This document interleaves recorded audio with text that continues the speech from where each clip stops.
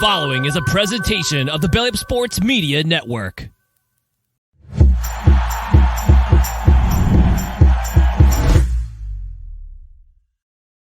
And welcome in, everybody, on a Friday evening to the High-Low Sports Podcast. We're going to waste no time. We're going to jump right into it. It is DJ, joined as always by my co-host Kelsey. And Kelsey, we're taking a little bit extra time today because we're going to talk about Ja Morant with his suspension just being handed down today. And looks like he'll be missing the first 25 games of the next season. So, Kelsey, what are your thoughts right away? Too many, too few, just right? I'm actually surprised it's so little. You look at this and you think of all the gun situations that have happened in the NBA in previous 50 games, 75 games, a season, you name it. Those have all been kind of where they're at here. 25 games after technically a 2-game suspension. I know they're technically calling it a 6-game suspension, but let's be honest, or an 8-game suspension, but technically it's like only 2 games. Is he really suspended for? 25 games seems like you're getting off pretty scot-free for being one of the guys that said, "Oh, I won't do it again," and then within 6 weeks you do it again. I don't know. I will say when I first looked at it, my initial thoughts were probably being that 20-game mark, just because Miles Bridges, for his atrocities, he got about 30 games is what it was. So I feel like if you went past that, that might have been a little ridiculous, especially because technically Ja has no legal issues. But at the same time, there's like the stuff in your contract representing the NBA. So I thought maybe 20 would be good, 25, maybe a tad bit high. I mean, it's about 30% of the season, which means you're going to get no all NBA votes, no MVP. You're ineligible for all of that. So there's a lot of money lost as well. You're going to lose those game checks as well. So I guess it kind of makes sense to me. It's not too outlandish. I probably would lean more towards 20, but I think 25 is somewhat fitting. Yeah, $7.5 million when you're guaranteed or you're expected to make 35 in a year probably doesn't hurt that much, to be fair. When you're losing 7.5 and you still can get the other, 28 basically, 26, whatever it is. I think you're going to be okay if you're Ja Morant. And that's what I think makes this not long enough for me. I don't think it actually is going to penalize a young kid that much for not taking, you took away a fifth of his pay for the season is basically what it equates to as far as his actual contract goes. And that's just for what he did. I'm sorry. You were told don't do it again. You were told you could be suspended for a year. Yes, he didn't bring it into a facility. So, you can't use the, Gilbert Arenas situation. It doesn't matter. Gilbert Arenas was suspended 12 games just for saying he's going to bring a gun in. He never showed the gun, and then he did show the gun, after that suspension. That doesn't matter, though. That's not the point. He just got suspended 12 games for saying, I'll bring in a gun and show you what I can do with it to a kid. Ja Morant has had, again, I was saying about, he has had all these issues with the guns. He is going back into the punching a 18-year-old kid the previous summer.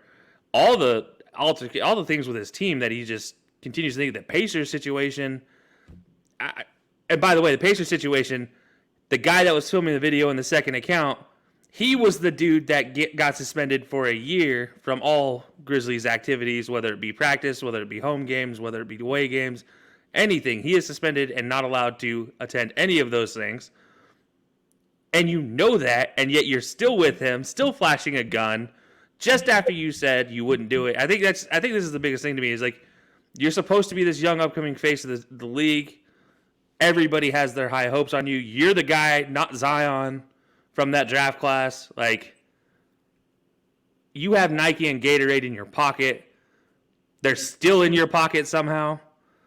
I don't know, man. It's tough for me to look at and be like, he's actually gonna get the message across. I don't think he's actually gonna have the message get across here. I think this is a situation where it's a slap on the wrist and let's get back to playing. I also feel the same thing about Bridges, but we're not going to get into that one as well. So I will say, with being ineligible for those awards for back-to-back years now, he is losing close to $50 million in that way as well. So he will be getting cut, even if it's not directly from the salary. He's going to be losing a little bit of money. But now we kind of talked a little bit, but now we're looking at what this means moving forward. Obviously, he's going to lose a little bit of money there. But for the Grizzlies, do you think they try and ride this one out for him, or do you think maybe they consider seeing if they could flip him and trade him?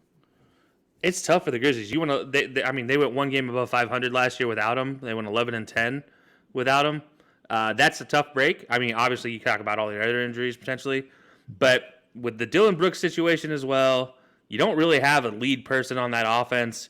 Your leader in the clubhouse is Steven Adams. I think he's out of contract now. I don't think he's going to be with the team next year. So you have an unknown leader in the clubhouse, basically. I think Desmond Bain maybe gets the de facto leader in the clubhouse. I don't think you trust Kenny Lofton Jr. to be the guy out there scoring 30, 40 a night.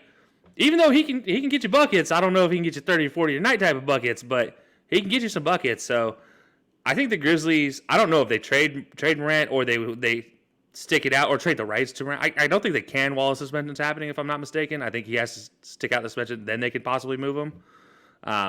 But yeah, I do think they go and try to make some moves to maybe bring in somebody who is of equal footing to Ja. I don't know if you can find somebody of equal footing, but I mean, maybe they go out and get a Chris Paul on their team. Maybe they go out and get another free agent potentially in this situation. Like, I don't know who you go out and try to land, but you got to start working some magic somehow if you're the Grizzlies, because your offense is going to be terrible for what is a fourth of the season. Absolutely. So it's definitely something we'll keep an eye on. I think if you can find a team that maybe a young team that's looking to the future, like, wow, a 23-year-old, if we can get him and maybe we just give up certain picks or something like that, maybe, but you're not going to swap him straight across for Damian Lillard, probably. I don't think that's going to work. You're not going to trade him straight across for Jaylen Brown. I don't think the Celtics are going to do that. Like, I think trying to get something, it's going to be tough. Maybe the Celtics. This is the situation where you wonder where Bradley Beal might end up. It might end up a Grizzly. I just don't know if they have enough trade compensation to give him without giving up Morant. And again, I don't know if you can actually trade Morant in a suspension.